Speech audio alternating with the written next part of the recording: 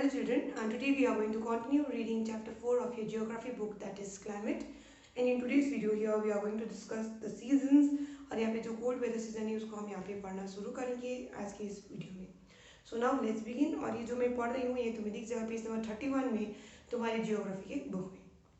The monsoon type of climate is characterized by distinct seasonal pattern. तो यहाँ पे बोला गया है कि हम सबको पता है पहले से कि इंडिया में किस तरीके का क्लाइमेट है. तो मैंने बता रखा है तुमको मानसून. और यहाँ पे आगे बताया गया है कि जो मानसून टाइप ऑफ क्लाइमेट होता है वहाँ पे हमें देखने को मिलता है क्या. तो बोला गया हमें वहाँ पे कैरेक्टराइज बाय बोला है. तो इसमें फीचर हमें देखने को मिलता है कि वहाँ पे एक पैटर्न होता है डिस्टिंक्ट, मतलब अलग सा क्लियर दिखने वाला. वहाँ पे सीजनल पैटर्न हमें देखने को पैटर्न मतलब वहाँ पे साइकिल जैसे देखने को मिलेगा. सीजनल पैटर्न हमें वहाँ पे देखने को मिलेगा. सीजनल पैटर्न मतलब वहाँ पे सीजन्स होंगे. The weather conditions greatly change from one season to the other. तो जो वेदर के जो कंडीशंस होंगे वो बहुत हद तक बदलेंगे जब हम एक सीजन से दूसरे सीजन की ओर बढ़ेंगे. और आगे बोला गया है these changes are particularly noticeable in the interior parts of the country. और ये जो बदलाव होंगे वो ज़्यादातर मात्रा में हमें देखने को मिलेगा कहाँ पे. तो देश के अंदर वाले हिस्से में जो दूर है कहाँ से, तो सी से, जो कोस्टल रीजन से दूर वाले एरियाज होंगे वहाँ पे हमें ये जो चेंजेस होंगे यानी जो सीजनल चेंजेस होंगे वेदर में उसको हमें क्लियरली यानी स्पष्ट वहाँ पे हमें देखने को मिलेगा. आगे बोला गया the coastal areas do not experience much variation in temperature though there is variation in rainfall pattern. तो आगे बोला है जो कोस्टल एरिया है, किनारे का जो एरिया है वहाँ पे हमें उतना ज़्यादा टेम्परेचर में अंतर देखने को नहीं मिलता.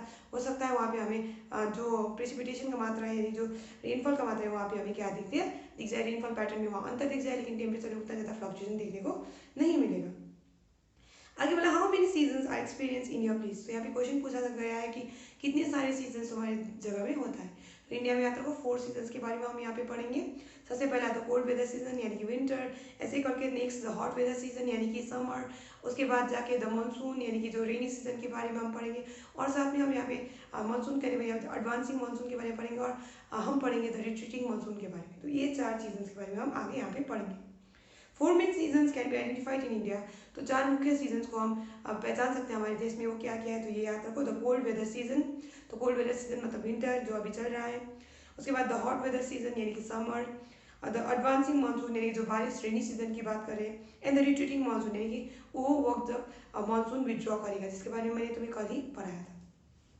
तो ये हमें देखने को मिलता है हमारे देश में. ये 4 सीजन्स हमें देखने को मिलता है. हो सकता है कुछ रीजनल वेरिएशन, जो रीजनल मतलब इलाके वाइज थोड़ा थोड़ा अंतर हो, लेकिन यही मेन 4 क्या है सीजन से जो हमें इंडिया में देखने को मिलता है. तो अगर कभी मैंने पूछा how many seasons do you find in India, then you have to write 4 in what are they. कहेंगे तो यही वाले नाम लिखना होगा. वहाँ पे स्प्रिंग ऑटम मत लिखना. वहाँ पे तुम लिखोगे the cold weather season, the hot weather season, the advancing monsoon and the retreating monsoon. ये 4 तुम्हें लिखना होगा. तो आज हम यहाँ पे पढ़ेंगे द कोल्ड वेदर सीजन के बारे में. The cold weather season begins from mid-November in the northern India and stays till February. तो बोला गया कब से शुरू होगा. तो cold weather season लिख लेते हैं. तो cold weather season जो कि सबसे पहला सीजन है जिसके बारे में हम यहाँ पे पढ़ रहे हैं. तो बोला गया ये शुरू होता है कब से. तो बोला गया मिड नवंबर से. कब से. तो बोला गया मिड नवंबर. तो नवंबर महीने के बीच से शुरू होगा और कब तक ये लास्ट करेगा. तो बोला गया फरवरी तक, स्टेज टिल फरवरी. तो ये तुम्हें याद रखना. सबसे पहले क्या रखना है कोल्ड वेदर सीजन कब शुरू होगा. नॉर्दर्न हिस्सा में इंडिया के तो मिड नवंबर से लेके फरवरी तक ये होता है. शुरू होगा मिड नवंबर में और कब तक लास्ट होगा तो फरवरी तक. तो ये कहाँ पे बोला गया नॉर्दर्न इंडिया में. December and January are the coldest months in the northern part of India. तो यहाँ तक जो हमारे देश का नॉर्दर्न हिस्सा है यानी ऊपर का जो हिस्सा है वहाँ पे सबसे ठंडे महीने कौन कौन से. तो दिसंबर और जनवरी. तो अभी कौन सा महीना है, जनवरी चल रहा है, इसलिए बहुत ही ज़्यादा ठंड है. आगे बोला गया है the temperature decreases from south to north. तो जैसे हम नीचे की ओर से ऊपर की ओर बढ़ते हैं यानी कि साउथ से नॉर्थ की ओर बढ़ते हैं. इंडिया के मैप पे अगर तुम देख सकते हो वहाँ पे तो देख सकते हो कि जब इंडिया में अगर मान लेते हैं अगर हम नीचे के एरिया से मान लेते, मैं ये लाइन खींच के समझा देती हूँ. तो मान लो मैंने एक लाइन खींचा तो लाइन में यहाँ पे ले लेते हैं नॉर्थ वाला हिस्सा है और ये साउथ वाला हिस्सा है. तो जब हम साउथ से नॉर्थ की ओर बढ़ेंगे तो ऐसे में यहाँ पे बोला गया है कि टेम्परेचर क्या होता जाएगा. तो बोला गया है यहाँ तुम देख सकते हो temperature decreases from south to the north. तो टेम्परेचर घटता जाएगा. साउथ से जितना हम नॉर्थ की ओर जाएंगे उतना तापमान में गिरावट हमें देखने को मिलेगा. कहाँ पे, तो हमारे देश में.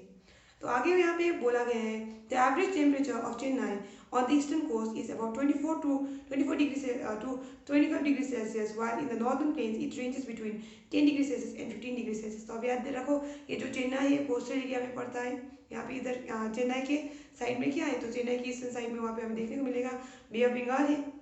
इसलिए याद रखो ये जो चेन्नई है वहाँ पे एवरेज टेम्परेचर कितना रहता है, तो बोला 24 से 25 डिग्री सेल्सियस। जबकि बोला गया है कि ऊपर की ओर जब नॉर्दर्न प्लेन्स की बात करें, नॉर्दर्न प्लेन्स यानी कि वो वाला एरिया जहाँ पे जो तीन रिवर्स, मेनली तीन रिवर्स, ये जो गंगा, इंदस और उसके जो ब्रह्मपुत्र और उनके जो ट्रिब्यूटरीज है जिन्होंने वहाँ पे जो अपना एलुवियल सोइल डिपोजिट करके जो ये जो नॉर्दर्न प्लेन का फॉर्मेशन किया है, तो वो वाला नॉर्दर्न प्लेन्स की बात करें तो ये जो नॉर्दर्न प्लेन्स में हमें देखने को मिलेगा कि वहाँ पे टेम्परेचर कितना होगा, तो 10 डिग्री से 15 डिग्री सेल्सियस तक। तो यहाँ पे देखने को मिलेगा तो ये कि जो किनारे वाला एरिया है चेन्नई, वहाँ पे तापमान क्या है, तो तापमान उतना गिरा नहीं है, यानी कि हमें देखने मिलता है वहाँ मॉडरेट टाइप ऑफ क्लाइमेट है 24 to 25 डिग्री सेल्सियस। लेकिन वहीं पे नॉर्दर्न प्लेन्स में हमें देखने को मिल रहा है वहाँ पे तापमान में बहुत गिरावट है, 10 से लेके 15 डिग्री सेल्सियस यहाँ पे बताया गया है। Days are warm and nights are cold, ये भी याद रखना है। तो दिन कैसे होते हैं, days are warm and nights are cold.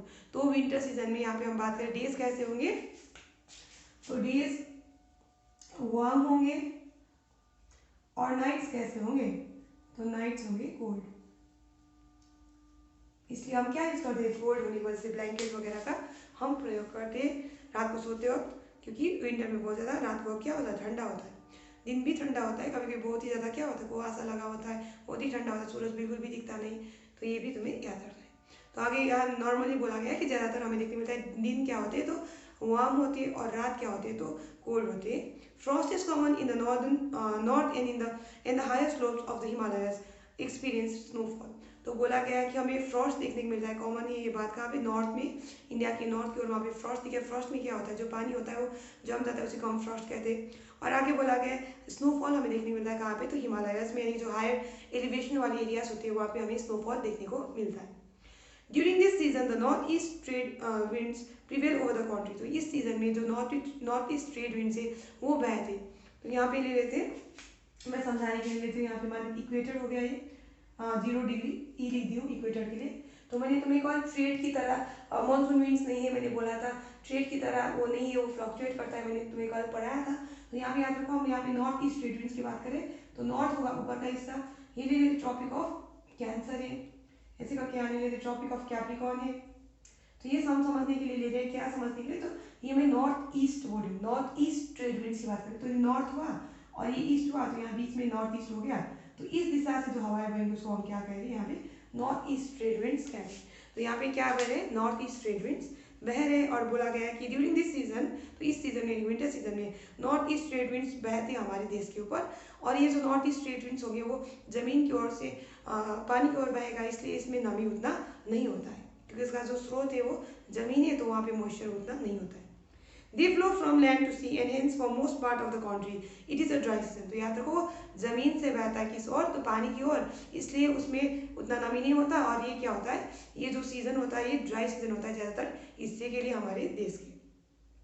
Some amount of rainfall occurs on the Tamil Nadu coast from these winds as here they blow from sea to land। तो आगे यहाँ पे बताया गया है कि ये जो हवाएं होंगे वो थोड़ा सा नमी लेके कहाँ पे बारिश करेगा, तो थोड़ा सा मात्रा में बारिश हमें देखने को मिलेगा कहाँ पे, तमिलनाडु कोस्ट में।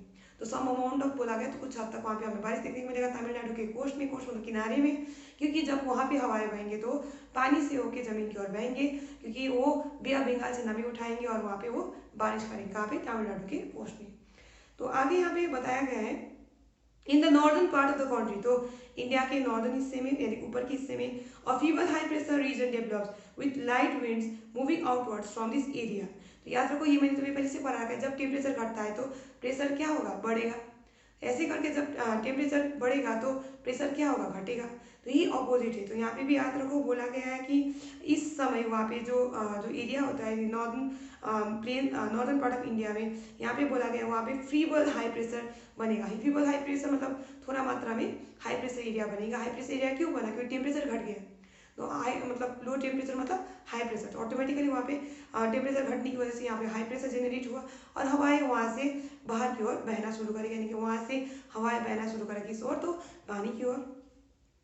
आगे यहाँ पे बोला गया है influence by the relief this winds blow through the Ganga valley from west and the north west. तो ये रिलीफ की वजह से, रिलीफ यानी कि जो पहाड़ वगैरह है उसकी वजह से प्रभावित होके ये जो हवाएं होंगे वो कहाँ बहेंगे, तो बोला गया ये हवाएं बहेंगे गंगा वैली से होते हुए वेस्ट एंड नॉर्थ वेस्ट दिशा की ओर। आगे बोला गया the weather is normally marked by clear sky. तो विंटर में आकाश क्या होता है, ज़्यादातर नॉर्मली बोला है तो ज़्यादातर आम रूप में हमें आकाश क्लियर देखने को मिलता है। लो टेम्परेचर्स तो तापमान नीचे होंगे, मतलब कम होगा। And low humidity, low humidity कहने पर जो हवा में जो मॉइस्चर का मात्रा है वो यानी कि कम होगा। तो एटमोसफियर में जो हवा का मतलब वाटर वेपर का जो मात्रा है वो कम होगा। तो लो ह्यूमिडिटी मतलब ये है। एंड फीबल वेरिएबल विंड्स, और वहाँ पे जो विंड्स बनेंगे वो फीबल होंगे, यानी कि उतना तेज़ी के साथ नहीं पड़ेगा, और वेरिएबल होगा इधर उधर, उसमें हमें फ्लक्चुएशन देखने को मिलेगा। जो भी वेरिएबल होता है उसमें फ्लक्चुएशन देखने को मिलता है। A characteristic feature of the cold weather season over the northern plains is the inflow of the cyclone disturbance from the west and the northwest. तो यहाँ पे बोला गया एक फीचर जो हमें देखने को मिलता है कोल्ड वेदर सीजन का नॉर्दर्न प्लेन्स में, वो क्या है? तो बोला गया साइक्लोनिक डिस्टर्बेंस जो आते हैं वेस्ट और नॉर्थ वेस्ट रीजन से। तो कहाँ से? तो बोला गया cyclonic disturbance from the west and the north west. These low pressure systems originate over the Mediterranean Sea and Western Asia and move into India along with the westerly flow. तो यहाँ पे हम बात करें वेस्टर्ली जेट स्ट्रीम के बारे में, जो मैंने तुम्हें पहले से पढ़ा था। जेट स्ट्रीम जो कि कितनी ऊंचाई पे बहता है? 12,000 मीटर की ऊंचाई पे। तो ये अपने साथ जो वेस्ट से आता है तो वो अपने साथ मेडिटेरियन सी से, और बोला गया यहाँ पे तुम देख सकते हो वेस्टर्न एशिया से वो अपने साथ नमी लाएगा और वहाँ पे ये बारिश करेगा। नॉर्थ और north western part of India में वो बारिश लाएगा। कौन से सीजन की बात करें? तो विंटर सीजन में। They cause the much needed winter rains over the plains and snowfall in the mountains. तो याद रखो ये बारिश लाएगा प्लेन एरिया में और स्नोफॉल लाएगा कहाँ पे? तो माउंटेनियस रीजन्स में, north west region of India में. Although the total amount of winter rainfall, locally known as Mahavat, is small, they are of immense importance for the cultivation of rabi crops. तो आगे यहाँ पे बताया गया कि ये जो बारिश लाएगा वो कम मात्रा में होगा, लेकिन ये बहुत महत्वपूर्ण होगा कौन से क्रॉप की ग्रोथ के लिए? तो रबी क्रॉप के लिए. रबी क्रॉप मतलब वो पौधा जो हम, वो क्रॉप जो हम उगाते हैं कब? तो विंटर सीजन में. The peninsular reason does not have a well defined cold season. अब ये जो पेनिनसुलर एरिया है वो इर्द गिर्द से किससे सराउंडेड है? तो वाटर बॉडीज से, इसलिए वहाँ पे well defined clear cut winter season नहीं होता. क्योंकि हमने देखा है विंटर सीजन में भी, अभी हमने पढ़ा चेन्नई में कितना तापमान था, तो हमने पढ़ा 24-25 डिग्री सेल्सियस. तो 24-25 डिग्री सेल्सियस को हम उतना ठंडा नहीं मान के चल रहे. आगे बोला गया है there is hardly any noticeable seasonal change in temperature pattern during winters due to the moderating influence of the sea. तो यहाँ पे याद रखो कि ये जो मॉडरेटिंग इफेक्ट है सी की वजह से, वहाँ पे उतना ज़्यादा हमें टेम्परेचर फ्लक्चुएशंस देखने को नहीं मिलता. कहाँ पे? तो पेनिनसुलर पार्ट ऑफ इंडिया में. तो हम आज यहीं तक पढ़ेंगे. Will continue reading this chapter in the next class. Thank you.